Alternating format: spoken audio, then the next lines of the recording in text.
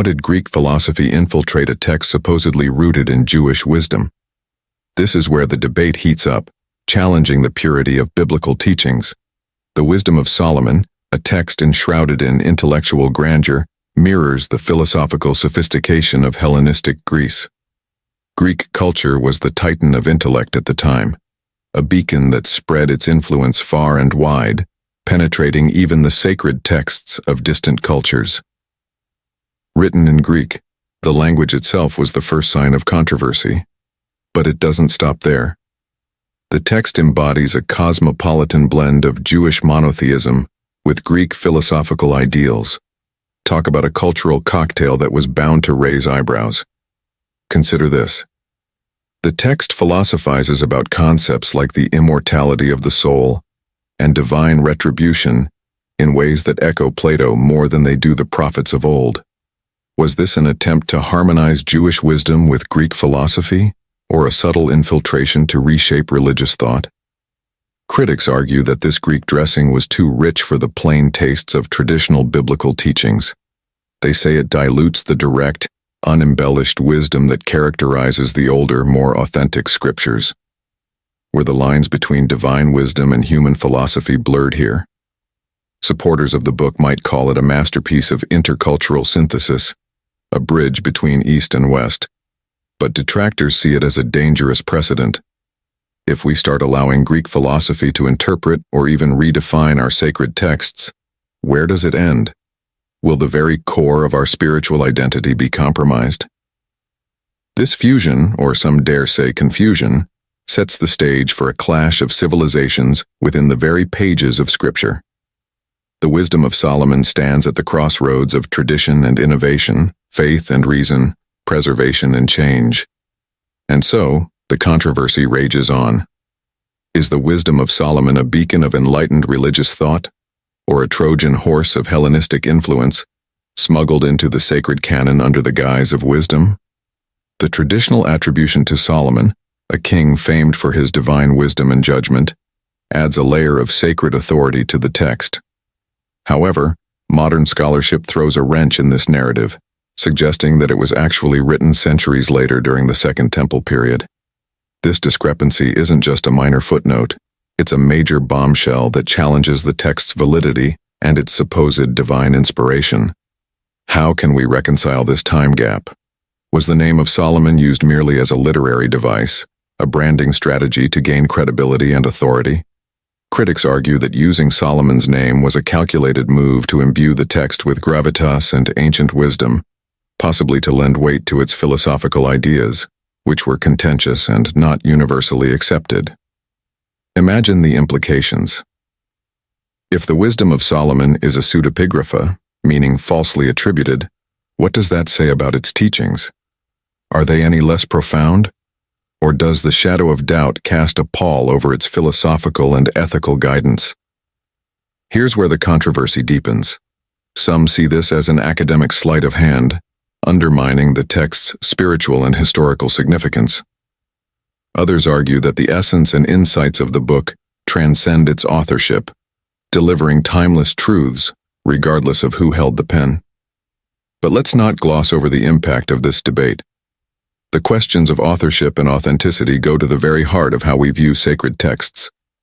Are they valuable for their historical and literal truth, or for the wisdom they contain, no matter the source?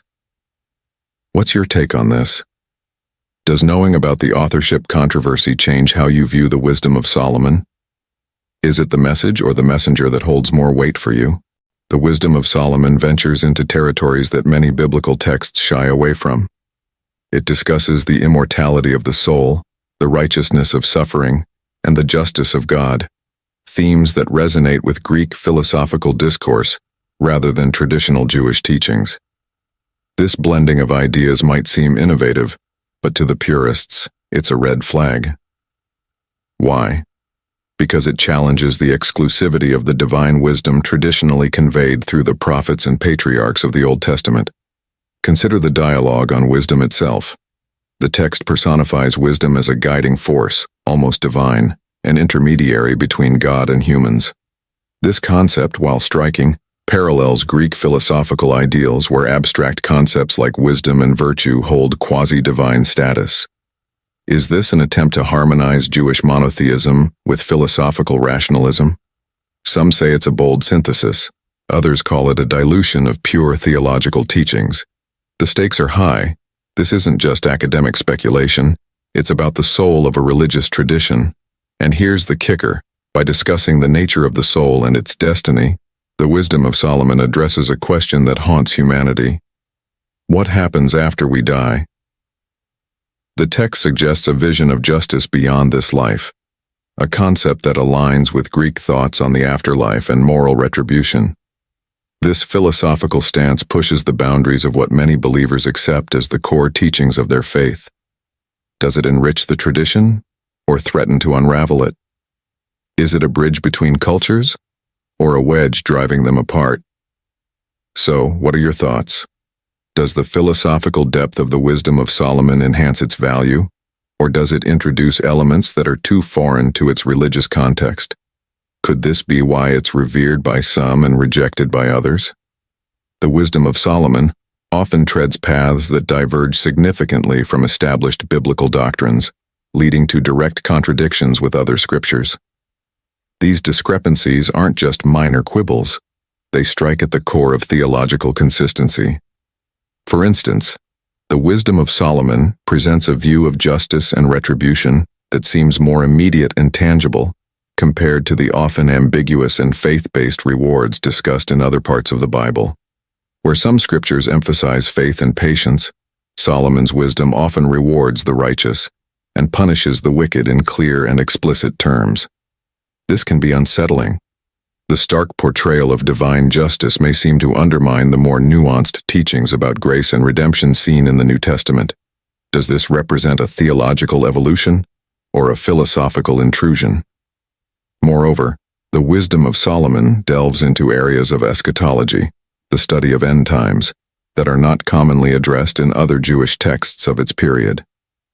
It speaks with an assuredness about the afterlife that is rare in the Hebrew Bible, aligning more closely with later Christian doctrines. These contradictions raise a potent question. Is the Wisdom of Solomon a progressive revelation of divine truths, or does it represent a philosophical overreach that conflicts with the foundational texts? Such questions are not merely academic. They affect the spiritual lives of believers and the theological purity of the scriptures. This brings us to a critical junction. How do we handle such contradictions? Do they enrich our understanding or confuse our beliefs?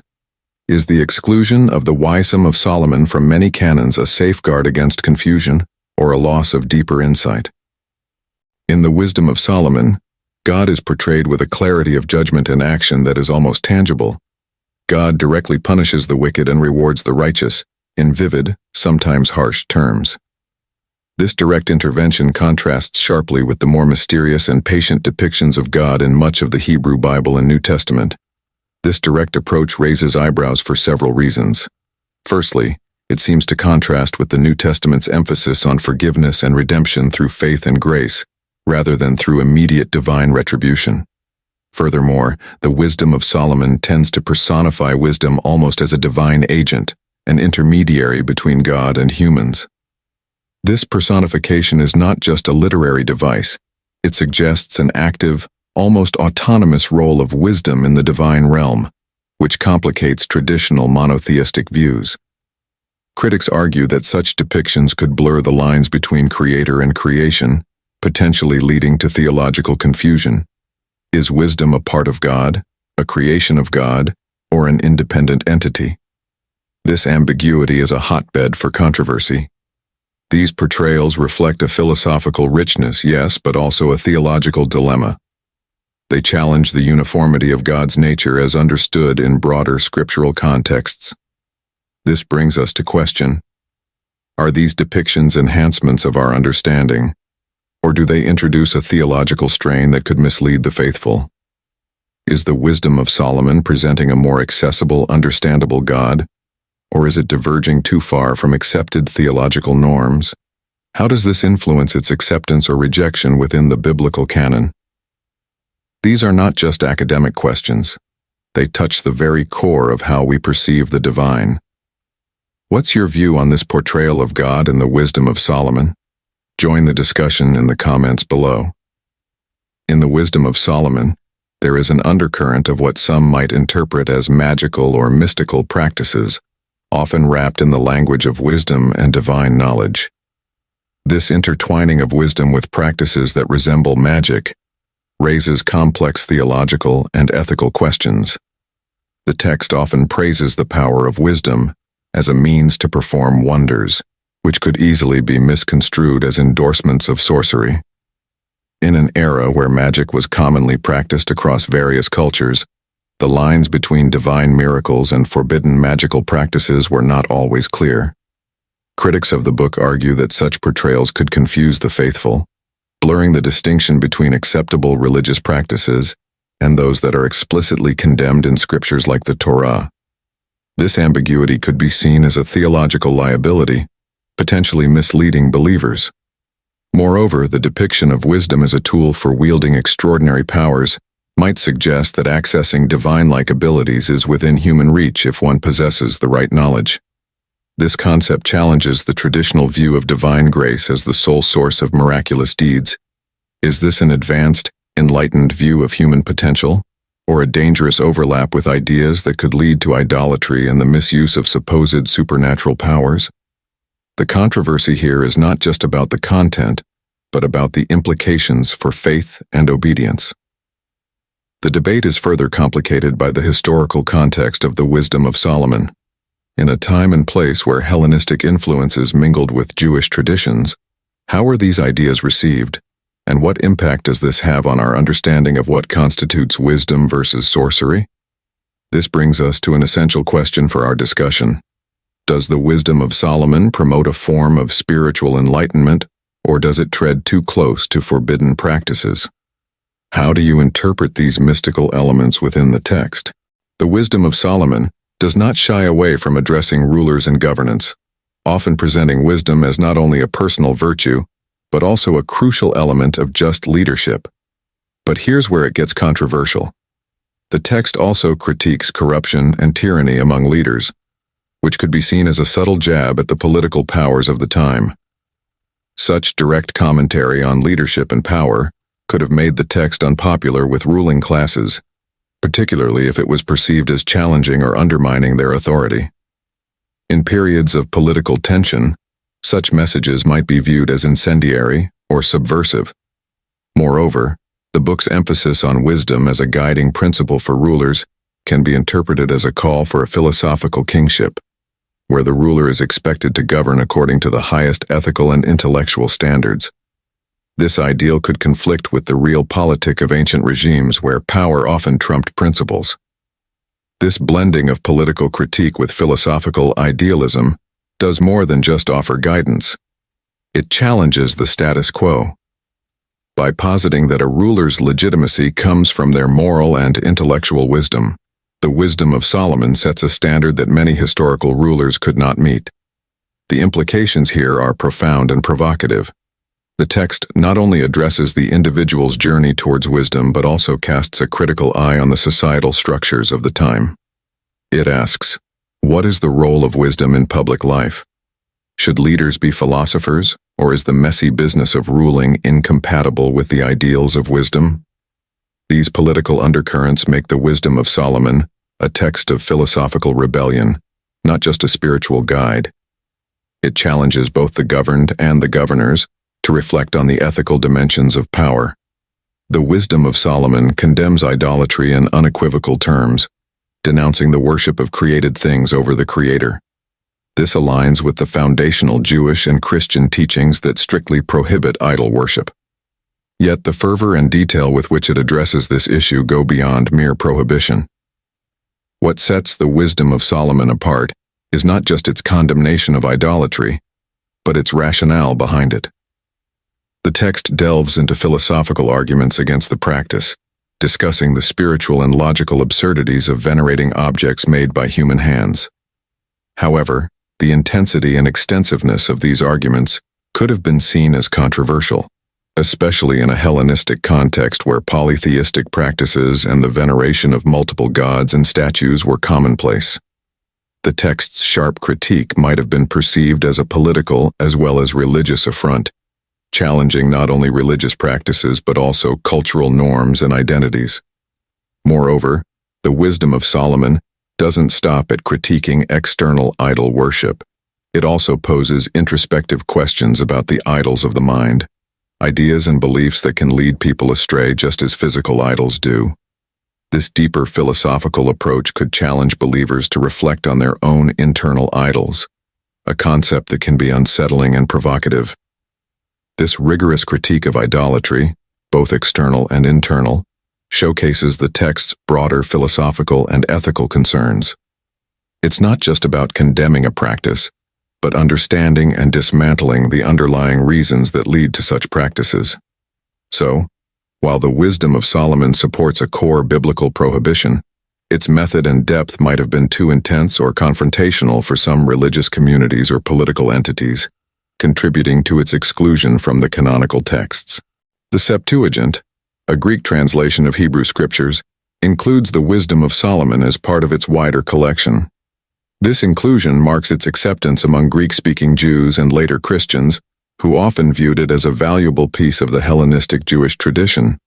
However, its absence from the Hebrew Bible, which is the textual cornerstone of Judaism, highlights a divergence in religious thought and tradition.